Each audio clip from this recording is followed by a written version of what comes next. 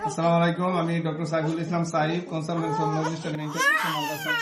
আমরা একটা বাবুর ব্রেইনের আলট্রা করব। ব্রেইনের আলট্রা আসলে খুব গুরুত্বপূর্ণ।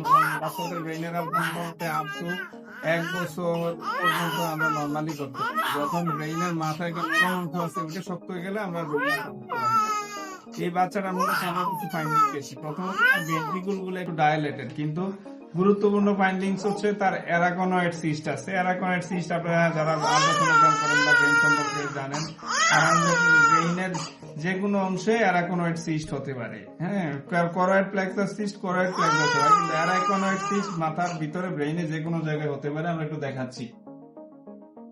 এই যে আমরা প্রথমে তার হচ্ছে থার্ড ভেন্ট্রিকলটা দেখলাম একটু ডায়ালেটেড 13 মিলিমিটার। তারপরে হচ্ছে আমরা হচ্ছে তার ল্যাটারাল ভেন্ট্রিকল গুলো দেখলাম। দেখেন ল্যাটারাল ভেন্ট্রিকল প্রায় হচ্ছে 10 মিলিমিটার করে, কিন্তু উপরে দুইটা সিস্টিক স্ট্রাকচার আছে। এটা হচ্ছে মেইন পয়েন্ট। এটা কালার দিয়েও দেখছি যে এখানে দুইটা সিস্ট আছে। আমরা এখন লিনিয়ার প্রুফ, এই লিনিয়ার প্রুফ দিয়ে দেখাবো স্ট্রাকচার। এই যে কত বড় সিস্ট, এবং এটা হলো অ্যাভাস্কুলার, এটার ভিতরে কোনো ভাস্কুলারিটি নাই। মানে আমরা যদি আর্টারি ভেনাস ম্যালফরমেশন চিন্তা করি, এটা হবে না, কারণ এর ভিতরে ভাস্কুলারিটি নেই। আর আমরা দেখি ওই যে একটা ফ্রন্টালিটি আছে, এটা গর্তের মতো আছে। এখান থেকে দেখেন, এই যে আবার দেখেন এই যে সিস্টিক স্ট্রাকচার আছে। আমরা যদি লিনিয়ার প্রুফ দিয়ে দেখাতে চাই, এই যে ধরলাম আমি এখানে,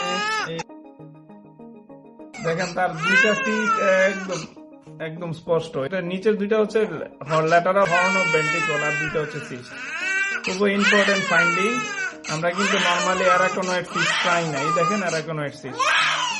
ভালো থাকবেন, বাচ্চাকে দোয়া করবেন। যারা যারা ব্রেইনের আলট্রা আমাকে দিয়ে করাতে চান, যাদের ছোট বাচ্চা আছে জন্মের পর আসলে ব্রেইনের আলট্রা করানো উচিত।